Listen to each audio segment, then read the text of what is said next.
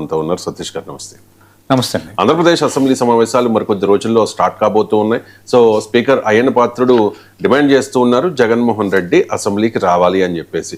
మీరు జీతాలు తీసుకుంటూ ఉన్నారు కానీ అసెంబ్లీకి రావడం లేదు, ఇప్పటి వరకు తీసుకున్న జీతాలు కూడా వెనక్కి ఇచ్చేయండి అని చెప్పి ఆయన డిమాండ్ చేస్తూ ఉన్నారు. అండ్ కేంద్ర ప్రభుత్వాన్ని కూడా విజ్ఞప్తి చేస్తూ ఉన్నారు, సభకు రాని ఎమ్మెల్యేల పదవి పోవాలి, లేకపోతే వాళ్ళకి జీతాలు కూడా ఇవ్వకూడదు, ఆ రకంగా ఒక చట్టం తీసుకురండి అని చెప్పి కేంద్రాన్ని కూడా ఆయన పాత్రుడు డిమాండ్ చేస్తూ ఉన్నారు. ఏంటంటే ఇటువంటి చట్టం వచ్చే అవకాశం ఉంటుందంటారా? రైట్, అంత ఈజీ కాదండి ఇప్పుడు. ఎందుకంటే ఒక అసెంబ్లీలో ఎమ్మెల్యేలు రాకపోతే జీతం వెనక్కి తీసుకోవాలి లాంటి చట్టాన్ని ఇప్పుడు తేవడం అంటే ఏదో ఒక ఆంధ్రప్రదేశ్ అసెంబ్లీకో లేదంటే ఒక తెలంగాణ అసెంబ్లీకో అట్లా చేసుకునే వాతావరణం లేదు. ఎందుకంటే దేశవ్యాప్తంగా పార్లమెంట్ దీనికి చట్టం జరగాలి. ఇప్పుడు ఆయన అంటున్నారు కదా, అసెంబ్లీకి రాని ఎమ్మెల్యేల జీతం వెనక్కి తీసుకునేలా పార్లమెంట్లో చట్టం చేయాలని కోరాం, ఇంకా దీనిపైన సమాధానం రాలేదు అని అంటున్నారు. కానీ ఇప్పుడు ఏంటంటే ఇప్పుడు ఇక్కడ వర్తిస్తే ఇంకా లోక్సభ రాజ్యసభలో కూడా వర్తింపు చేయాలి. అయితే ఇప్పుడు ఏంటంటే రాజ్యసభ లోక్సభల్లో ఎవరైతే హాజరు కావట్లేదు, హాజరు శాతం తక్కువ ఉండటం, ప్రశ్నలు అడగట్లేదు, ఇలాంటి అంశాలు ప్రస్తావనకు వస్తుంటాయి. కానీ అప్పటికి ఇప్పటికీ మనం చూసుకుంటే కొంత ఎమ్మెల్యేలు కానీ లేదంటే జాతీయ స్థాయిలో లోక్సభలో రాజ్యసభలో ఎంపీల హాజరు అవటం అనేది పెరిగింది. ఎందుకు పెరిగిందంటే అప్పటికి ఇప్పటికి కొంత ఫ్లోర్ కోఆర్డినేషన్ సీరియస్ అయింది. పార్టీలకు సంబంధించి రాజకీయ పార్టీల్లో ఉండే చీఫ్ విప్పులు కానీ అలాగే శాసనసభ వ్యవహారాలు, కేంద్రంలో పార్లమెంట్ వ్యవహారాలు చూసే మంత్రులు కానీ చాలా కీలక బాధ్యతలు అప్పగిస్తున్నారు. ఎందుకంటే అప్పటికి ఇప్పటికి పోల్చుకుంటే కొంత ఒత్తిడి పెరిగిన నేపథ్యంలో సభ్యులందరూ హాజరు కావాలి. కొన్నిసార్లు బిల్లుల సమయంలో కూడా విప్పు జారీ చేస్తారు. మిగతా సందర్భంలో కూడా సరైన కోరం ఉంటే ప్రతిపక్షాలను అడ్డుకోవచ్చు అన్న ఆలోచన ఉండొచ్చు. అలాగే అధికార పక్షాన్ని నిలదీయాలంటే మనం బలంగా ఉండాలని ప్రతిపక్షాలు కూడా ఆలోచన చేయడం ఉండొచ్చు. గతంతో పోల్చుకుంటే ఇప్పుడు లోక్సభ రాజ్యసభలో కొంత హాజరు శాతం పెరిగింది, మిగతా అసెంబ్లీల్లో కూడా ఉంది. అయితే ఇక్కడ ఆంధ్రప్రదేశ్ శాసనసభ స్పీకర్ అయ్యన్న పాత్రుడు చేసిన కామెంట్స్ ఫస్ట్ మనం చూస్తే, అసెంబ్లీ రిజిస్టర్లో సంతకం చేసి వెళ్తే కుదరదు, తప్పనిసరిగా సమావేశాలకు హాజరు కావాలని ఆయన అంటున్నారు. అంటే అసెంబ్లీ సమావేశాలు 17 నుంచి ప్రారంభం కాబోతున్నాయి. వైఎస్ జగన్ వైసీపీ ఎమ్మెల్యేలు హాజరు కావాలని ఆయన అంటున్నారు. రాష్ట్ర ప్రజలు అసెంబ్లీలో తమ సమస్యల గురించి చర్చించి పరిష్కరిస్తారన్న నమ్మకంతో మిమ్మల్ని గెలిపించారు, ఆ విషయం మర్చిపోకూడదు. కొంతమంది వైసీపీ ఎమ్మెల్యేలు అసెంబ్లీకి వచ్చిన బయటే సంతకాలు పెట్టి వెళ్ళిపోతున్నారు, అందుకే అసెంబ్లీలో కొత్త విధానాన్ని తెచ్చాం. అసెంబ్లీలో ప్రతి సీటుకు కెమెరాలు ఉన్నాయి, ఎమ్మెల్యేలు కేటాయించిన సీట్లు వారు కూర్చుంటేనే ఆటోమేటిక్గా ఆన్ అవుతాయి, అప్పుడే ఎమ్మెల్యే సభకు హాజరైనట్టు లెక్కలో తీసుకుంటామని చెప్పారు. అయితే అయ్యన్న పాత్రుడు సరే ఒక రూల్ పెట్టారు, ఆ రూల్ పెట్టడం వల్ల ఎమ్మెల్యేలు హాజరు అనేది ఇంపార్టెంట్. మరి ఇది అందరికీ వర్తింపు చేస్తున్నారా లేదన్నది ఇంపార్టెంట్ ఇక్కడ. ఎందుకంటే 175 మంది ఎమ్మెల్యేల్లో వైఎస్ఆర్ కాంగ్రెస్ పార్టీకి 11 ఎమ్మెల్యేలు ఉన్నారు, అలాగే కూటమికి మిగతా ఎమ్మెల్యేలు ఉన్నారు. ఇప్పుడు అందరికీ వర్తింపు చేసే వాతావరణం ఉంటుంది. అసెంబ్లీ స్పీకర్ ప్రకటన ప్రకారం ఎవరైతే కూర్చుంటారో అప్పుడు అది కెమెరా ఆన్ అవుతుంది, దాన్నే హాజరు అయినట్టుగా భావిస్తామని అయ్యన్న పాత్రుడు చెప్పారు. ఇంతవరకు బాగానే ఉంది. కానీ ఇదే కారణం చూపి రేపొద్దున్న ఏదైనా ఎమ్మెల్యేకి రావాల్సిన జీతభత్యాలు కానీ అలవెన్స్లు కానీ ఆపితే అప్పుడేం జరుగుతుంది అన్నది ఇప్పుడు పెద్ద ప్రశ్న. ఎందుకంటే ఇప్పుడు ఏదైనా ఆయన చట్టసభ సభ్యుడు, ప్రజాస్వామ్యంలో ఎన్నికల ద్వారా ప్రజల చేత ఎన్నిక కాబడిన ప్రజాప్రతినిధి. మరి ప్రజాప్రతినిధికి ప్రెరోగేటివ్, ప్రజాప్రతినిధి హక్కులు ఇవన్నీ ఇక్కడికి వస్తాయా రావా అన్నది ఇప్పుడు ఒక పెద్ద ఇది డిబేటబుల్ అంశం. ఎందుకంటే సభకు హాజరు కావట్లేదు కాబట్టి శాలరీస్ ఆపకపోవడం అనేది పూర్తి స్థాయిలో స్పీకర్కు ఆ డిస్క్రిప్షన్ ఉందా లేదా అన్న దానిపైన ఇంకా లోతైన విశ్లేషణ, లోతైన అంశాలు అవసరం. అందుకు ఇక్కడ ఆయన మాట్లాడుతున్నారు. ప్రధానంగా ఇక్కడ రెండో కోణం కూడా చూడాలి. రెండోది ఏంటి, వైఎస్ఆర్ కాంగ్రెస్ పార్టీకి సంబంధించి వాళ్ళకి ప్రతిపక్ష హోదా కావాలని వాళ్ళు అడుగుతున్నారు. ఇక్కడ ఈ ఇష్యూ అనేది మనం చూస్తే ప్రతిపక్ష హోదా ఇవ్వడానికి అర్హత లేదు, మీకు 11 మంది ఎమ్మెల్యేలు వచ్చారు అన్నది వీళ్ళు అంటున్నారు. నిజంగా ప్రతిపక్ష హోదాకు ఇవ్వడానికి అర్హత లేకపోవచ్చు, కానీ బట్ అదే సందర్భంలో ప్రతిపక్ష గ్రూప్గా గుర్తించిన వాతావరణం కూడా మనకి గతంలో మనం చూసాం. ఎందుకంటే మొత్తం సభ్యుల్లో 10% సభ్యులు 10% అంటే 175 మంది సభ్యుల్లో 17.5 అంటే 18 లేదా 17 మంది సభ్యులు ఉంటే ఆటోమేటిక్గా ప్రతిపక్ష హోదా దక్కే అవకాశం ఉంది. అంతకుముందు మనం చూస్తే 2024 ఎన్నికల్లో కాంగ్రెస్ పార్టీకి 100 సీట్లు వచ్చాయి. 100 సీట్లు రావడం వల్ల ప్రతిపక్ష హోదా దక్కింది. లోక్సభలో రాహుల్ గాంధీ ప్రతిపక్ష నేత అయ్యారు. Is leader of opposition now Rahul Gandhi. అంతకుముందు ఏమైంది, కాంగ్రెస్ పార్టీకి రాలేదు. కాంగ్రెస్ పార్టీకి 10%, అంటే 554 సీట్లు రాలేదు. రాని పక్షంలో ఏమైంది, వాళ్ళకి 50-51 వచ్చాయి. అప్పుడు దాన్ని ఏం చేశారు, మరి ఇక్కడ వాతావరణం దెబ్బతినకుండా ఉండడానికి అప్పటి స్పీకర్ ఏం చేశారంటే కాంగ్రెస్ పార్టీని లోక్సభలో ప్రతిపక్ష గ్రూప్ అంటే అపోజిషన్ బ్రాకెట్లో G, అపోజిషన్ ఒక గ్రూప్గా దాన్ని ఫిక్స్ చేశారు. ఆ ఫిక్స్ చేసిన క్రమంలో మీకు గుర్తుండే ఉంటుంది, బెంగాల్కి చెందిన చౌదరి ఆయన అప్పుడు లోక్సభలో ప్రతిపక్ష నేత on behalf of Congress party ఉన్నారు. అప్పుడు రాహుల్ గాంధీ లేరు.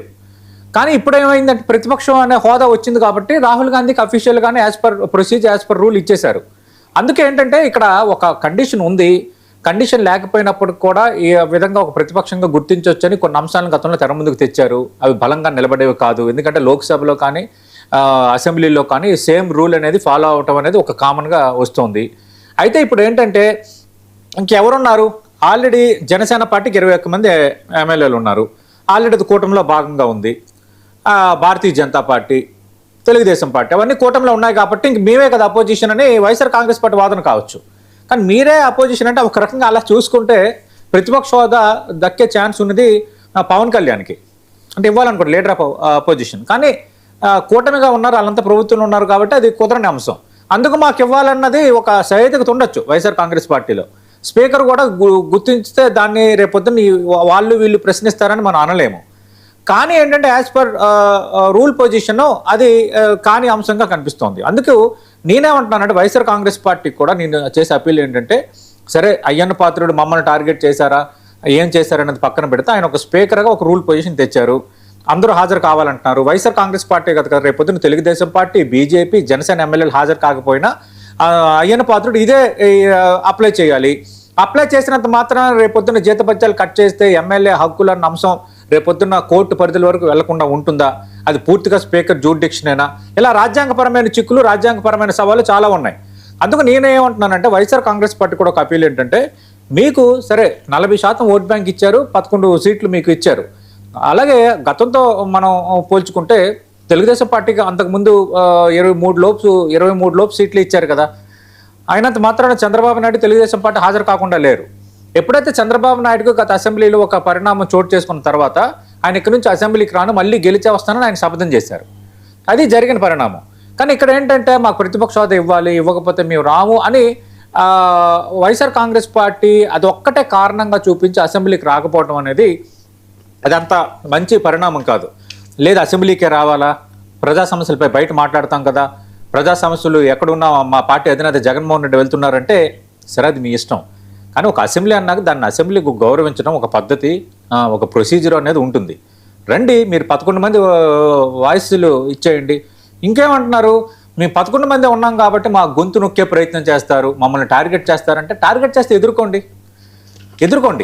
నేను అదంటున్నాను కదా, అంటే అంతమంది సభ్యులని మీరు ఎదుర్కోవటం అనేది, మీకు 124 మంది మీ సభ్యులను ఎదుర్కోవటం అనేది అది మీకు బిగ్ అడ్వాంటేజ్ కదా. జగన్మోహన్ రెడ్డి అక్కడికి వచ్చి వాళ్ళందరినీ ఎదుర్కొని మాట్లాడుతున్నాడంటే అది పెద్ద మీకే అది ప్లస్ పాయింట్ అవుద్ది కదా. మీ 11 మంది ఎమ్మెల్యేలు గట్టిగా మాట్లాడే వాళ్ళు 5 ఎమ్మెల్యేలు ఉన్నారు, వాళ్ళకి అవకాశాలు ఇవ్వండి.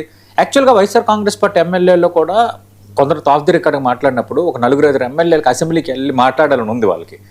కొందరు ఫస్ట్ టైమర్స్ కూడా ఉన్నారు. వాళ్ళు ఏంటంటే మేము అసెంబ్లీకి వెళ్ళాలి, మాట్లాడాలి, చంద్రబాబుతో లేదా రెవెన్యూ మంత్రితో, స్పీకర్తో వాగ్యుద్ధం పెట్టుకోవాలి, అది ఉంటుంది. ఒక అసెంబ్లీలో కూర్చోవటం, అసెంబ్లీకి హాజరవటం, అసెంబ్లీ సెషన్కి హాజరవటం అనేది అది ఒక ప్రిరగేటివ్, అది ఒక హోదా పెంచేది, అది కెరీర్కి బాగా ఉపయోగపడేది.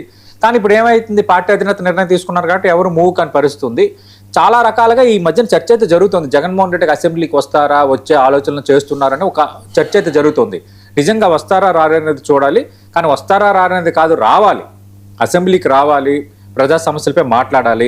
నిజంగా మీకు అవకాశం ఇవ్వట్లేదు అధికార పక్షం, మీ మైకులు కట్ చేస్తుంది, మీకు అనుకున్న సమయాన్ని ఇవ్వట్లేదు, వాళ్ళే ఎగ్జిబిట్ అవుతారు కదా. ప్రతిపక్షం గొంతు నొక్కేస్తున్నారు, జగన్మోహన్ రెడ్డికి టైం ఇవ్వట్లేదు, ఎమ్మెల్యేలకు టైం ఇవ్వట్లేదు, వాళ్ళని అవమానపరుస్తున్నారని మీకే అది అవకాశం కదా, మీకు ఒక అస్త్రం అవుద్ది కదా. అది దాన్ని అస్త్రంగా మీరు ప్రజల ముందుకు మళ్ళీ చూపించవచ్చు కదా.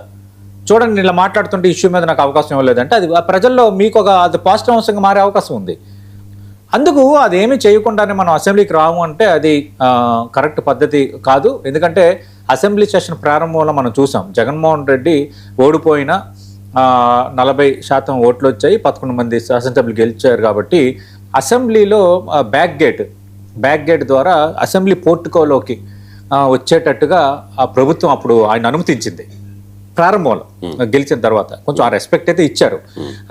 అలాగే సభలో రావటం వల్ల తెలుగుదేశం పార్టీ శాసనసభ్యులు, జనసేన శాసనసభ్యులు, వైఎస్ఆర్ కాంగ్రెస్ పార్టీ శాసనసభ్యులు అందరూ ఉభయ కుశలోపరి మాట్లాడుకోవటం, అది ఒక మంచి వాతావరణం అనేది ఉంటుంది.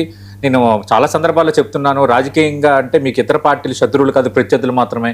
కానీ అందరూ కలిసి ఉండే వాతావరణం ఉండాలి. మనం ఉమ్మడి ఆంధ్రప్రదేశ్లో కానీ చాలా చోట్ల చూడలేదా, హోరాహోరీ చర్చలు జరిగేవి చంద్రబాబు నాయుడు, రాజశేఖర రెడ్డి ఉన్నప్పుడు. ఆ తర్వాత రోసయ్య వర్సెస్ విపక్షాలు జరుగుతున్నా కూడా అందరూ స్పోర్ట్స్ మీట్లో కలవటము, అసెంబ్లీ లాబీస్లో ఒకరికొకరు మాట్లాడుకోవటం. మీరు నమ్మరండి, కొన్ని పార్టీలకు సంబంధించిన ఎమ్మెల్యేలు అసెంబ్లీలో విపరీతంగా ఒకరిపై ఒకరు తిట్టుకునే వాళ్ళు, ఇదేదో పెద్దదైపోయిందని అనుకునే వాళ్ళం. వాళ్ళు అసెంబ్లీ లాబీల్లోకి వచ్చి బావాని పీల్చుకునే సందర్భాలు ఉన్నాయి. అంటే ఒక కొలిక్కులుగా కాఫీ తాగటం, మాట్లాడుకోవటం, మీ పార్టీలు ఎలా జరుగుతుందంటే అదొక ఒక హెల్దియర్ అట్మాస్ఫియర్ అనేది ఉండేది. కొన్ని సందర్భాల్లో స్పీకర్కి, ముఖ్యమంత్రికి పార్టీలకు అతీతంగా జిల్లాకు సంబంధించిన శాసనసభ్యులందరూ కలిసి రిప్రజెంటేషన్స్ ఇవ్వడం నేను చూసా. అది ఉండాలి. ఆ వాతావరణం లేకుండా అసెంబ్లీకి మేము రాము అని అనుకోవటం వైఎస్ఆర్ కాంగ్రెస్ పార్టీ యాంగిల్ కూడా తప్పే. బట్ అదే సందర్భంలో రేపు పొద్దున్న జీతపత్యాలు ఆపిస్తే అది పూర్తిగా స్పీకర్ జూడిక్షన్, ఆయన డిస్క్రిషన్ పవరా, ఒకవేళ అదే జరిగితే రేపు పొద్దున్న ఎమ్మెల్యేలు మా హక్కులకు భంగం కలుగుతున్నాయని కోర్టు మెట్లు ఎక్కితే కోర్టులు ఎలాంటి తీర్పులు ఇస్తాయనేది ఆసక్తికరమే. రెండో దాన్ని చట్టం చేయాలని కోరాం కేంద్రాన్ని, అంటే కేంద్రం ఎట్లా చట్టం చేయగలదు? కేంద్రం ఆంధ్రప్రదేశ్ అసెంబ్లీకి ప్రత్యేకంగా చట్టం చేయలేదు కదా. ఆంధ్రప్రదేశ్ చట్టం చేయాలంటే ఖచ్చితంగా లోక్సభ మొత్తం అన్ని చట్టసభలకు వర్తింపజేసే చట్టం తెస్తేనే అది రూల్ అనేది ఫాలో అవుతారు. బట్ ఇన్ని రోజులు ఈ చర్చ ఉన్నా కూడా తేలేకపోతున్నారంటే ఖచ్చితంగా ఇది అంత ఈజీగా మేనేజ్ అయ్యే అంశం కాదు. ఇక ఆంధ్రప్రదేశ్ రాజకీయాల్లో చాలా కీలకమైన